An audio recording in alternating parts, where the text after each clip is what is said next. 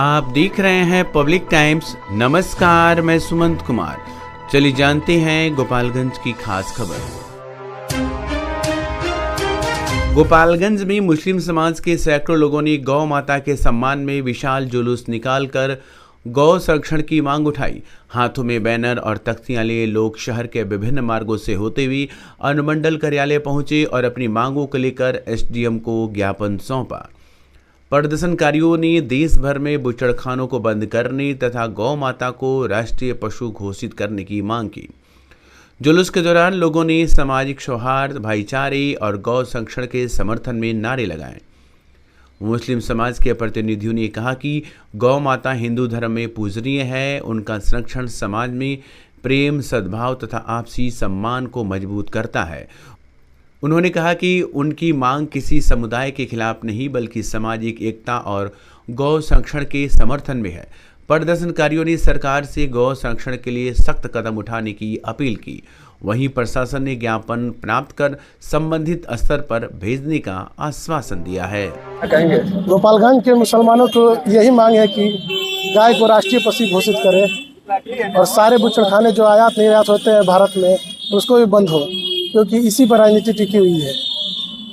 तो गाय के सम्मान में गोपालगंज के मुसलमान सबको मैदान में है। ज्ञापन भी सौंपेंगे? जी, ज्ञापन भी सौंपेंगे। गोपालगंज के जो मुसलमान हैं वो सारे मुसलमानों का एक ही मांग है कि हिंदुस्तान के अंदर जितने भी बूचड़खाने हैं तमाम बूचड़खानों को बंद किया जाए और गाय जो है हमारे यहाँ मान सम्मान और आस्था का विषय है हमारे हिंदू भाइयों का। तो हम नहीं चाहते हैं कि किसी भी हमारे भाई को आस्था को ठेस पहुँचे, इसलिए जो वध हो रहा है गाय माता का उसके सम्मान में कि उनका वध ना हो, इसलिए मुसलमान एकत्रित हुए हैं और जिला अनुमंडल पदाधिकारी को जो है अपना ज्ञापन सौंपेंगे कि हिंदुस्तान के अंदर तमाम बूचड़खानों को बंद कर दिया जाए और गाय को राष्ट्रीय पशु घोषित किया जाए। गोपालगंज के मुसलमान गाय के सम्मान में मैदान में आए हैं और हमारा मुतालबा और डिमांड है कि गाय को राष्ट्रीय पशु घोषित किया जाए और तमाम बूचड़खाने को बंद किया जाए। क्या लगता है कितनी राजनीति होती है इसमें? कितनी राजनीति होती है इसको लेके? इसमें राजनीति नहीं है, विदाउट राजनीति। गोपालगंज के चर्चित सिमराव गांव वायरल वीडियो मामले में मोकामा विधायक अनंत सिंह और भोजपुरी गायक गुंजन सिंह को फिलहाल अदालत से राहत मिली हुई है। न्यायालय ने अगली सुनवाई तक उनकी गिरफ्तारी पर रोक को लगाते हुए मामले की सुनवाई 15 जून तक स्थगित कर दी है। मामला मीरगंज थाना क्षेत्र के सिमराव गांव में आयोजित एक कार्यक्रम के वायरल वीडियो से जुड़ा है। वीडियो में हथियारों के प्रदर्शन और कथित रूप से अश्लील गानों के प्रसारण का आरोप लगाया गया था। इसके बाद पुलिस ने प्राथमिकी दर्ज कर अनंत सिंह, गुंजन सिंह समेत कई लोगों को आरोपी बनाया था। मामले की जांच वर्तमान में सीआईडी कर रही है। सुनवाई के दौरान बचाव पक्ष के अधिवक्ता राजेश कुमार पाठक ने अदालत को बताया कि वायरल वीडियो की फॉरेंसिक जांच रिपोर्ट अब तक प्रस्तुत नहीं की गई है। इस पर अदालत ने अभियोजन पक्ष से रिपोर्ट और अन्य आवश्यक जानकारी मांगी। न्यायालय ने अगली सुनवाई 15 जून तक करते हुए सभी आरोपियों की गिरफ्तारी पर लगी रोक को बरकरार रखा है। मैं अभियोजन पक्ष के द्वारा जो वीडियो का फोरेंसिक जांच में भेजा गया था उसका कोई रिपोर्ट नहीं था और माननीय न्यायालय ने अभियोजन से पूछा तो अभियोजन का कहना था कि हम लोग इस पर इंस्ट्रक्शन लेंगे सरकार से और जांच रिपोर्ट भी देंगे। तो इसके लिए फिर अगली तिथि 15 को निर्धारित की गई अगली सुनवाई के लिए। जो नो कोर्टशिप का आदेश था अनंत सिंह, गुंजन सिंह का और अन्य अभियुक्तों का भी, उसको एक्सटेंड कर दिया गया। गिरफ्तारी पर फिलहाल वही गिरफ्तारी पर रोक था और अगले 15 तारीख तक के लिए फिर से उसको रोक को बढ़ा दिया गया। उस आदेश को वो कंटिन्यू रहे। बरौली थाना क्षेत्र के फतेहपुर गांव में दीवार जोड़ने के विवाद ने एक बुजुर्ग की जान ले ली। मारपीट में गंभीर रूप से घायल 50 वर्षीय हरिराम की इलाज के दौरान मौत हो गई, जिसके बाद परिजनों में कोहरा मच गया। बताया जाता है कि पड़ोसियों के बीच दीवार जोड़ने को लेकर विवाद शुरू हुआ था। देखते देखते कहासुनी मारपीट में बदल गई। आरोप है कि दूसरे पक्ष के लोगों ने हरिराम पर ईंट पत्थरों से हमला कर दिया, जिससे उनके सिर में गंभीर चोटें लगी और वे लहूलुहान होकर गिर पड़े। घटना के बाद परिजन उन्हें बरौली सामुदायिक स्वास्थ्य केंद्र ले गए, जहां प्राथमिक उपचार के बाद सदर अस्पताल रेफर कर दिया गया। हालत गंभीर होने पर डॉक्टरों ने उन्हें बेहतर इलाज के लिए गोरखपुर भेजा, लेकिन इलाज के दौरान उनकी मौत हो गई। मृतक मजदूरी कर परिवार का भरण पोषण करते थे और उनके 3 बच्चे हैं। मौत की सूचना मिलते ही परिवार में मातम छा गया। वहीं पुलिस ने मामले की जांच शुरू कर दी है। हालांकि खबर लिखे जाने तक किसी आरोपी की गिरफ्तारी नहीं हो सकी थी। जिले के बरौली थाना क्षेत्र के देवापुर गांव में पति पत्नी के विवाद के बाद एक युवक ने फांसी लगाकर आत्महत्या कर ली। घटना के बाद परिवार में मातम छा गया, जबकि पुलिस मामले की जांच में जुट गई है। जानकारी के अनुसार देवापुर गांव निवासी मोहम्मद सलीम विदेश में नौकरी करते थे और करीब 10 दिन पहले घर ही लौटे थे। इसी दौरान किसी बात को लेकर उनकी पत्नी से कहासुनी हो गई। बताया जा रहा है कि पत्नी को पति पर किसी अन्य महिला से संबंध होने का शक था, जिसे लेकर दोनों के बीच विवाद बढ़ गया। विवाद के बाद मोहम्मद सलीम मानसिक रूप से परेशान हो गए और घर में कमरे में फंदे लगाकर जान दे दी। काफ़ी देर तक बाहर नहीं आने पर परिजनों को घटना की जानकारी मिली। दरवाज़ा खोलने पर उन्हें मृत अवस्था में पाया गया। सूचना मिलने पर बरौली थाना पुलिस मौके पर पहुंची और शव को कब्जे में लेकर पोस्टमार्टम के लिए सदर अस्पताल भेज दिया है। घटना के बाद परिजनों का रो रो कर बुरा हाल है। पुलिस मामले की जाँच कर रही है। गोपालगंज जिले के बैकुंठपुर थाना क्षेत्र के खजुहट्टी गांव में दहेज उत्पीड़न का एक सनसनीखेज मामला सामने आया है। आरोप है कि दहेज में कार की मांग पूरी नहीं होने पर ससुराल वालों ने एक नवविवाहिता की गला दबाकर हत्या कर दी।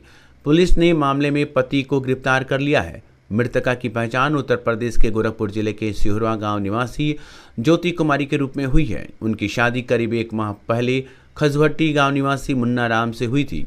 परिजनों का आरोप है कि शादी के बाद से ही ससुराल पक्ष कार की मांग कर रहा था और लगातार दबाव बना रहा था। रविवार को संदिग्ध परिस्थितियों में ज्योति की मौत हो गई। सूचना मिलने पर पुलिस मौके पर पहुंची और शव को कब्जे में लेकर पोस्टमार्टम के लिए सदर अस्पताल भेज दिया। मामले की जांच के लिए FSL टीम भी मौके पर पहुंची। पुलिस ने मृतका के पिता के बयान पर प्राथमिकी दर्ज कर पति मुन्ना राम को गिरफ्तार कर लिया है। पुलिस अन्य आरोपितों की भूमिका की भी जांच कर रही है। गोपालगंज के नगर थाना क्षेत्र स्थित चैनपट्टी गांव के समीप सोमवार को NH 27 पर एक दर्दनाक सड़क हादसे में बाइक सवार युवक की मौत हो गई। हादसा उस समय हुआ जब तेज रफ्तार बाइक अनियंत्रित होकर डिवाइडर से टकरा गई। मृतका की पहचान कुचायकोट थाना क्षेत्र के कुचायकोट गांव निवासी 26 वर्षीय कन्हैया गुप्ता के रूप में हुई है।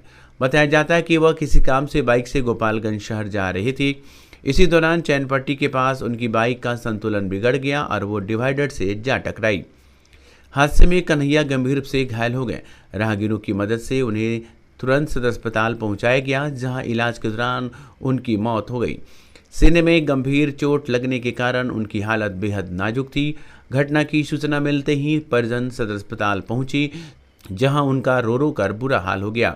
वहीं नगर थाना पुलिस ने शव को कब्जे में लेकर पोस्टमार्टम की प्रक्रिया शुरू कर दी है और मामले की जांच कर रही है।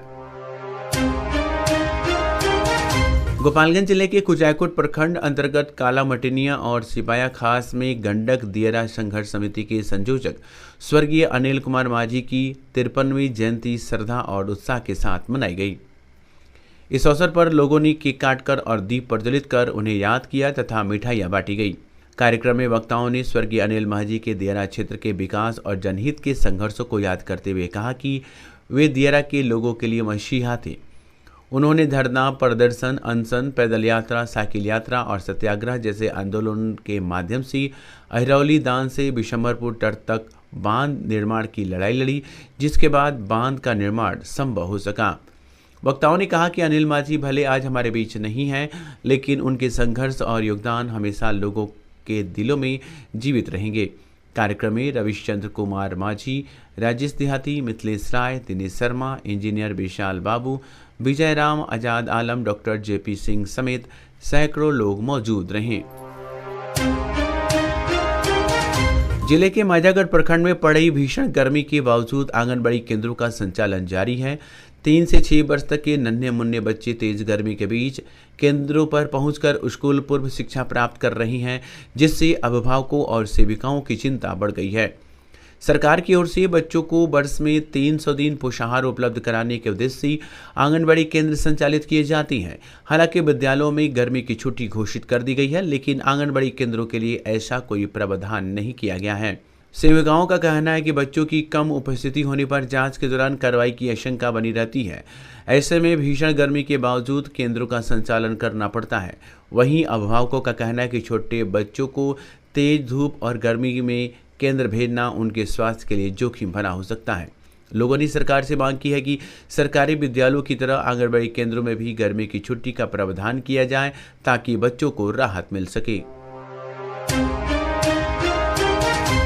गोपालगंज में अन्य राज्यों से आने वाले खनिज लदे वाहनों के लिए इंटर स्टेट ट्रांजिट पास यानी कि ISTP व्यवस्था को लेकर सोमवार को जागरूकता अभियान शुरू किया गया। समराले परिसर में जिला पदाधिकारी पवन कुमार सिन्हा ने प्रचार प्रसार वाहनों को हरी झंडी दिखाकर रवाना किया। डीएम ने बताया कि 10 जून 2026 से जिले में प्रवेश करने वाले सभी लघु खनिज वाहनों के लिए ISTP अनिवार्य होगा। इसका उद्देश्य खनिज परिवहन में पारदर्शिता लाना और अवैध खनन व परिवहन पर रोक लगाना है। जिला खनन पदाधिकारी अनिल कुमार ने बताया कि प्रचार वाहन जिले के विभिन्न क्षेत्रों में जाकर वाहन मालिकों और चालकों को पंजीकरण प्रक्रिया, नियमों और शुल्क संबंधी जानकारी देंगे। प्रशासन ने सभी संबंधित वाहन मालिकों से समय पर ISTP पोर्टल पर पंजीकरण कराने और नियमों का पालन कराने की अपील की है। बिना वैध दस्तावेज और ट्रांजिट पास के खनिज परिवहन करने वालों पर कार्रवाई की जाएगी। गोपालगंज के अंबेडकर भवन में सोमवार को जिला स्तरीय शारदीय खरीफ कार्यशाला सह प्रशिक्षण कार्यक्रम 2026 का आयोजन किया गया। कार्यक्रम का उद्घाटन जिला पदाधिकारी पवन कुमार सिन्हा ने दीप प्रज्वलित कर किया। कार्यशाला में किसानों को उन्नत कृषि तकनीक, गुणवत्तापूर्ण बीज, संतुलित उर्वरक उपयोग तथा सरकार की विभिन्न कृषि योजनाओं की जानकारी दी गई। डीएम ने किसानों से वैज्ञानिक एवं प्राकृतिक खेती अपनाने और सरकारी योजनाओं का लाभ लेने की अपील की। जिला कृषि पदाधिकारी ललन कुमार ने बताया कि खरीफ मौसम के लिए धान, मक्का, दलहन और तिलहन फसलों की तैयारी पूरी कर ली गई है। किसानों को अनुदानित दर पर प्रमाणित बीज उपलब्ध कराए जाएंगे तथा उर्वरकों की पर्याप्त व्यवस्था की जाएगी। कार्यशाला में प्रधानमंत्री किसान सम्मान निधि योजना, किसान पंजीकरण अभियान, जैविक एवं प्राकृतिक खेती, वर्मी कंपोस्ट निर्माण और सूक्ष्म सिंचाई योजनाओं की भी जानकारी दी गई। अधिकारियों को कृषि योजनाओं का लाभ समय पर किसानों तक पहुंचाने और उर्वरकों की कालाबाजारी रोकने के लिए निर्देश दिए गए। तो ये थी गोपालगंज की खास खबर। आपका दिन शुभ हो। धन्यवाद।